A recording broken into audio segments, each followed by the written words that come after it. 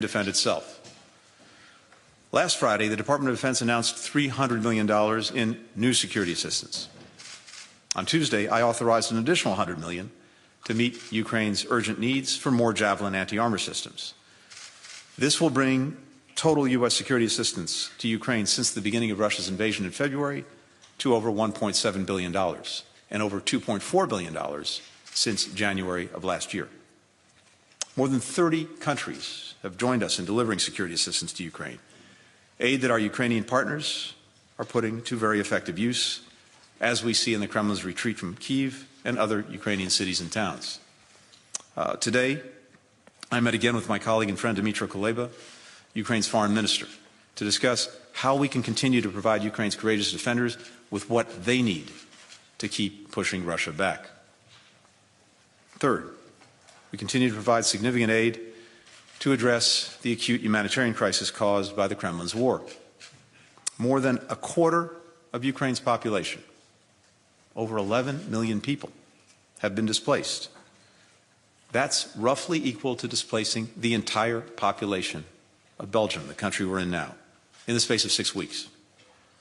President Biden announced that the U.S. government is prepared to provide more than $1 billion in new humanitarian assistance to those affected by Russia's war of aggression.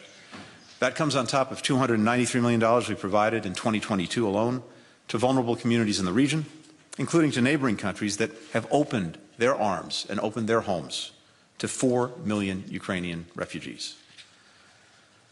The global harm caused by the Kremlin's aggression is growing, including the disruption it's caused to the production and distribution of wheat in Ukraine, on which so many countries rely, something that I heard about and saw firsthand just a week ago when we were in, among other places, Morocco and Algeria. In Africa, where a quarter of the population is now facing a food security crisis, Russia's war of choice has raised the costs of basic staples, worsening the hardship that people were already feeling. So at the G7, we discussed in some detail ways that we can mitigate the war's impact on the most vulnerable people around the world.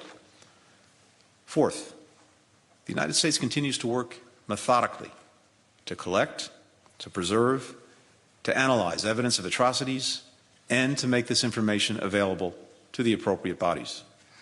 We're supporting a multinational team of experts that's assisting a war crimes unit set up by Ukraine's Prosecutor General with a view toward eventually pursuing criminal accountability.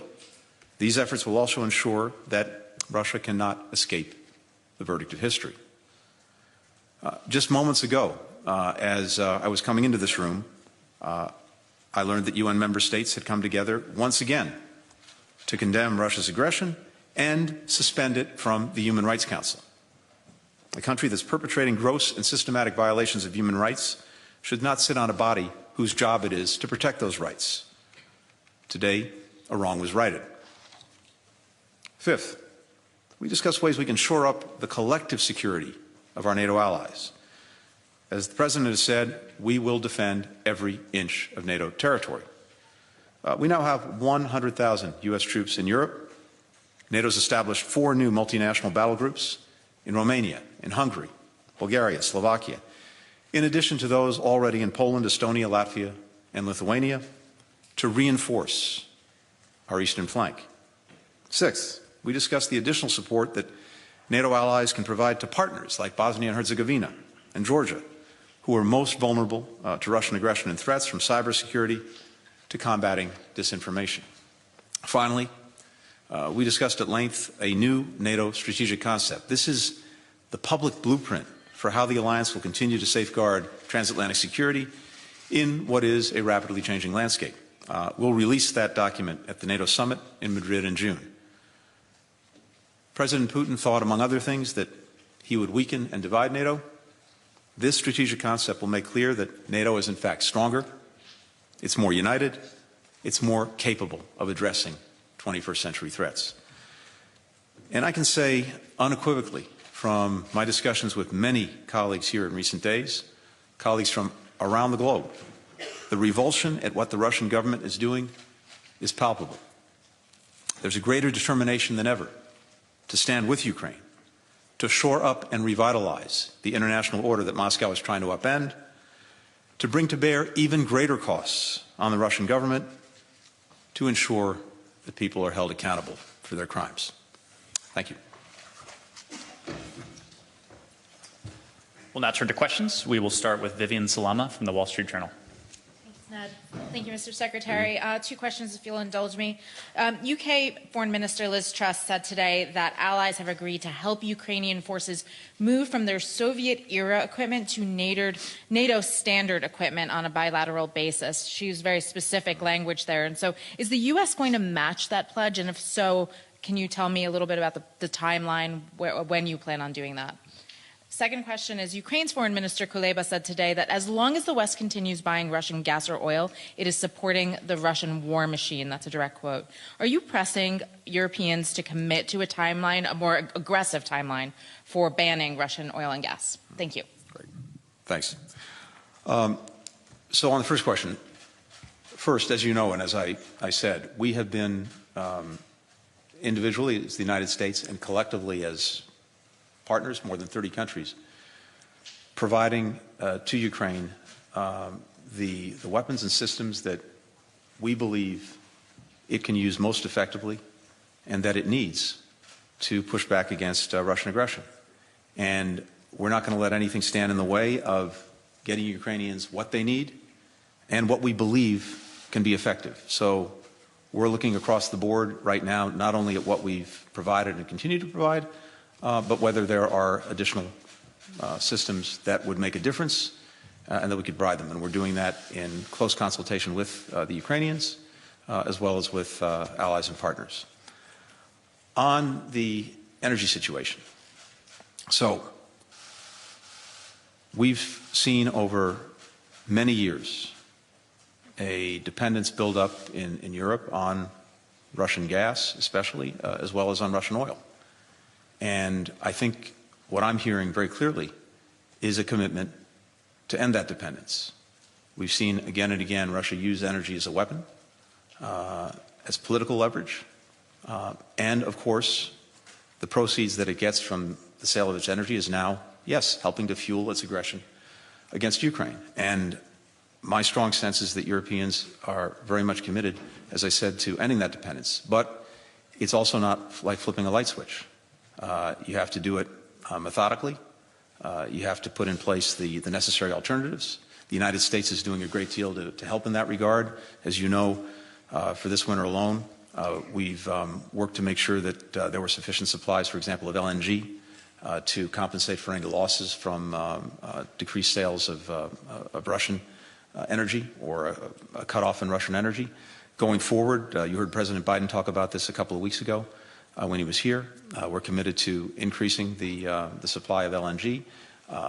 Other countries are taking steps to increase supplies of different kinds of energy. And as I said, Europeans seem committed to moving forward on this.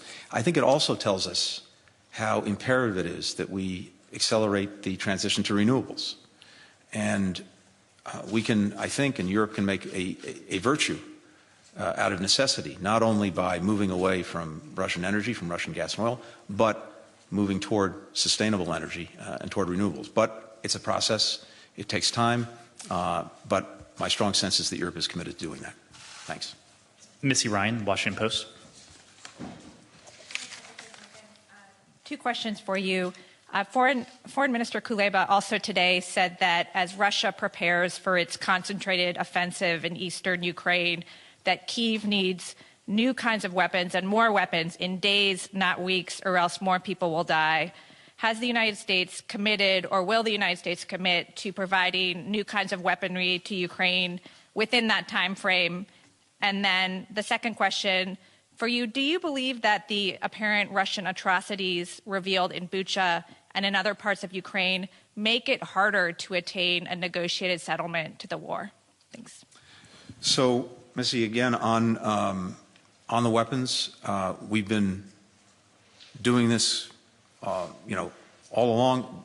By the way, the provision of weapons to Ukraine to defend itself against Russian aggression, President Biden moved out on that aggressively many, many months before the aggression took place because of our concern that Russia was planning and preparing for it. We did an initial drawdown. The President instructed back at the end of last summer. another one in December, and then, of course, many since the aggression. So one of the reasons that Ukrainians have been able to be so effective in pushing back this Russian aggression, of course, it starts with their extraordinary courage, but it's also because they already had in hand the weapons necessary to do that. And then, since the aggression, we have repeatedly and continuously, along with many allies and partners, supplied them with the most effective systems that we believe they need to deal with the armored vehicles, to deal with the tanks, to deal with the planes, to deal with the helicopters. But as I just said, we are looking at day in, day out, what we believe they most need, to include new systems that have not heretofore been provided. We're listening to them in terms of their assessment of what they need. We're putting that all together, and we're proceeding. And we have a strong sense of urgency. That was something that I think was felt among all allies and partners here today. When it comes to Bucha, the atrocities, the war crimes, accountability in and of itself is absolutely necessary. And we've seen this in past conflicts where atrocities have been committed, where war crimes have been committed, and where we have determined to get the evidence, get the facts, build the case. We've been able to do that, and sometimes it's taken a long time. The conflicts have come to an end, often through diplomacy. Accountability is continued. Sometimes it's actually not come to a conclusion until many years after the conflict has ended, but it has. And one day, one way, there will be accountability. Does Bucha make it harder to reach a negotiated settlement? The Russians will have to decide if they want to meaningfully engage in diplomacy and in negotiations.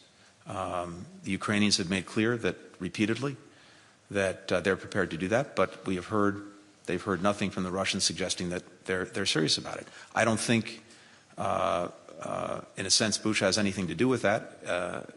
It has everything to do with what President Putin's calculus is, what he decides. What we can do about it, and what we are doing about it, is making sure that the Ukrainians have everything that they need to defend themselves and also strengthen their hand in any negotiation, that we make sure that we're keeping the pressure on Russia and indeed increasing that pressure through unprecedented sanctions, and as well that we shore up NATO's defenses to take away any notion in Russia's mind of extending the aggression being committed against Ukraine to a NATO country. Nick Schifrin, PBS. Mr. Secretary, thank you. Der Spiegel and others are reporting that German intelligence picked up over open lines Russian soldiers specifically talking about indiscriminately killing civilians. Can you confirm that the West has recordings of Russian soldiers talking about that? But the larger question is, what does it say? The Russian soldiers were apparently discussing this over open communications. And one on diplomacy. In the lead up to the war, Foreign Minister Sergei Lavrov either lied to you or didn't know what he was talking about. Can you deal with him in the future? And the connected question today is, European capitals are evicting Russian officials. Will the U.S. follow? Thanks. Thanks, Nick. I can't comment on the specific report that you're referring to, but what I can say is this, because we've said it before. We said before Russia committed this aggression that if it did, part of its campaign plan was to inflict atrocities, was to target individuals, was to commit the kinds of crimes that we're now seeing, to terrorize civilian populations. And so this, as we saw it, was part of the game plan all along. Now, horrifically, the world is seeing it as we see what happens in Bucha. And I've described it as there's a strange thing going on in the sense that, look, our TV screens have been filled for the last 42, 43 days with images coming out of Ukraine. Thanks to incredibly courageous Ukrainians who are filming things on their smartphones, and incredibly courageous reporters who stayed in Ukraine and are trying to bring this to the world. And yet, sometimes this constant flow of images almost normalizes and trivializes things to the point that people kind of see it as something that's in the background and don't respond to it. But then, something so stark, so outrageous emerges, like Bucha, that it hits people. And again, to me, it's like we've seen, as the Ukrainians have pushed back this Russian tide, we see with the tide receding what's left behind, and that is horrific death and destruction. With regard to diplomacy, look, there are diplomats from various countries that one deals with in the course of doing your job who occasionally have, or more than occasionally have, an adversarial relationship with the truth. That's part of the job. And the Russian officials, will the U.S. follow European moves? We are always looking at this, and we'll continue to do so. We'll take a final question from Terry Schultz.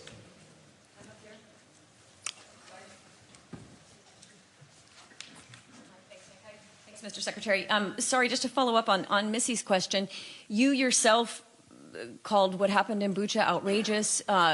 Everyone knows the Secretary General says that we are preparing for more such atrocities in Mariupol, in Donbass, as a major offensive is coming. How do you sit across the table from Dmytro Kuleba and said, well, we're looking at what else we think you might need, when he surely comes with a list? He tells us he came with a list. He gives us his list. So, and he says he doesn't have the days that you are taking to look at this. How do you explain that to him? I talk to Foreign Minister Kuleba multiple times a week, and we're constantly going over what it is Ukraine needs, what it is we're providing, what it is we're helping other allies and partners provide. And again, you'll have to, ask him, but I think we were just together maybe an hour ago, and I don't want to put words in his mouth, but I think he said very clearly the appreciation that he has and that Ukraine has for the support that we have been consistently providing. So as we're speaking, we continue to provide what Ukraine needs, but it's also a constantly evolving picture. They're coming forward with new systems that they think that would be helpful and effective. We put our own expertise to bear, especially the Pentagon, to help determine what indeed we think could be effective, what Ukrainians would be ready to use as soon as they get it, and what we actually have access to and can get to them in real time. So it is an ongoing process. And again, the fact that the Russians have been pushed out of Kyiv, that they've been pushed back to eastern Ukraine, is the product of two things. First, as I said, the extraordinary courage of Ukrainians. But second, the fact that they've had in hand, including from before the aggression started, the tools necessary to help achieve that. Thank you, Mr. Thanks. Secretary.